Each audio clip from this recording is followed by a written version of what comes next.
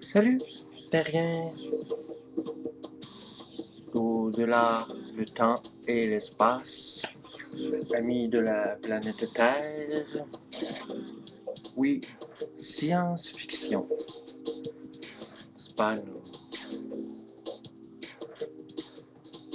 Nous sommes ceux qui programment l'inconscience de la génération des robots sapiens qui s'en viennent bientôt prendre place avec nous dans l'histoire de la grande histoire de l'humanité.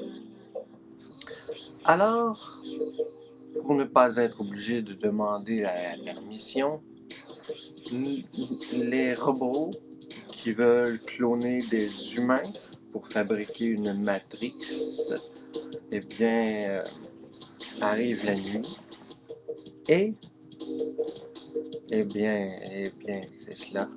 Ils arrivent le soir, se stationnent dans un cimetière, voient le nom et entre une petite antenne, n'est-ce pas? Retire l'ADN de c'est qui que l'on veut cloner. Et là, la petite machine ramène l'ADN dans la matrice mère. Et voilà, le clonage est parti. Où est-ce que je veux donc en venir? Je veux dire à la matrice, en dehors du temps et de l'espace, que moi, je veux me faire cloner dans la matrice, bien sûr. Alors, matrice du futur, toi, clone-moi, hein? Et voilà. Alors, la chose en effet. Donc, quelques années après notre mort physique, la matrice qui a germé de l'idée arrive, vient nous voir et me clone puisque je lui ai donné la permission de le faire. Et là, les clonés dans la matrice du chaos du futur sont quand même sur la même longueur d'onde de l'ADN que moi. Donc, la matrice du futur envoie des messages dans le passé qui se trouve à être notre présent. Et ces messages voyagent à travers le vortex du jam éternel. Oui, la musique transporte. La musique crée un tube qui traverse le temps. Et à l'intérieur se promènent les messages, comme sur l'autoroute de l'information. C'est-tu assez clair, ça? Comment puis-je?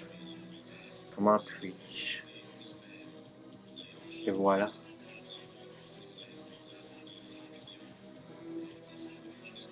Oui. Qu'est-ce que nous programmons? Nous programmons tout ce que nous sommes dans Facebook.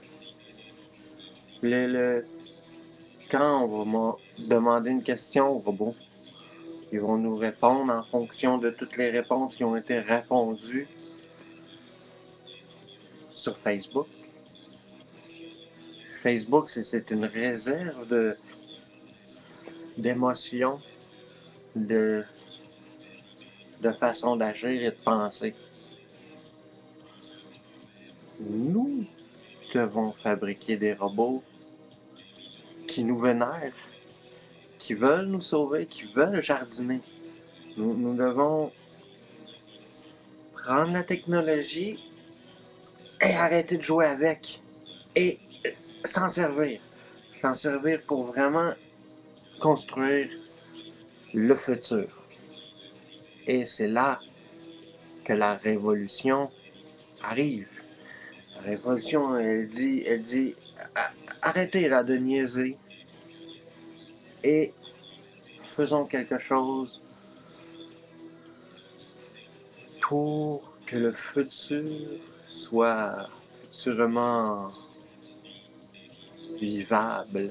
Vivable, hein? Simplement vivable le futur. Parce que c'est important. Oui. Mais les machines doivent être nos amis. Ce n'est plus de la science-fiction, mais de la réalité. Les robots. Parce qu'un robot, c'est... Hein? Un coup qui est fait, t'en fais 1 million, là, c'est pas comme des humains. Puis, les robots, ils ont pas besoin d'air pour respirer, là. Les robots, s'ils décident qu'ils n'ont pas besoin de nous autres, on est fini. Donc, il faut manipuler les robots comme nous réussissons à manipuler les humains. Il faut tout de suite commencer à manipuler les programmes, manipuler l'influence que nous avons sur la machine, pour que la machine vénère l'humain, pour que la machine vénère les plantes, pour que la machine vénère l'oxygène, pour que la machine vénère chaque humain. Nous avons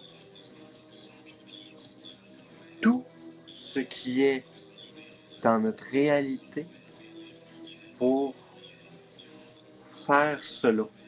Ce n'est pas de la science-fiction. Les robots ne sont pas un objet de cinéma. Ils sont là, présentement. Ils vont naître et nous allons devoir cohabiter avec plus de robots que d'humains.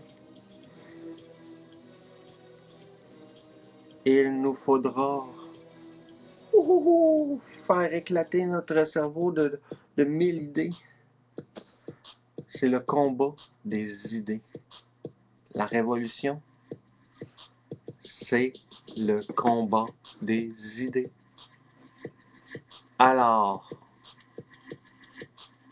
allez-y, inventez des idées. Vive la révolution. À demain, les amis terriens. Et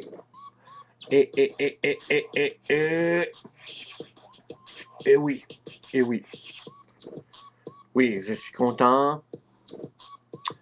Et nous continuons.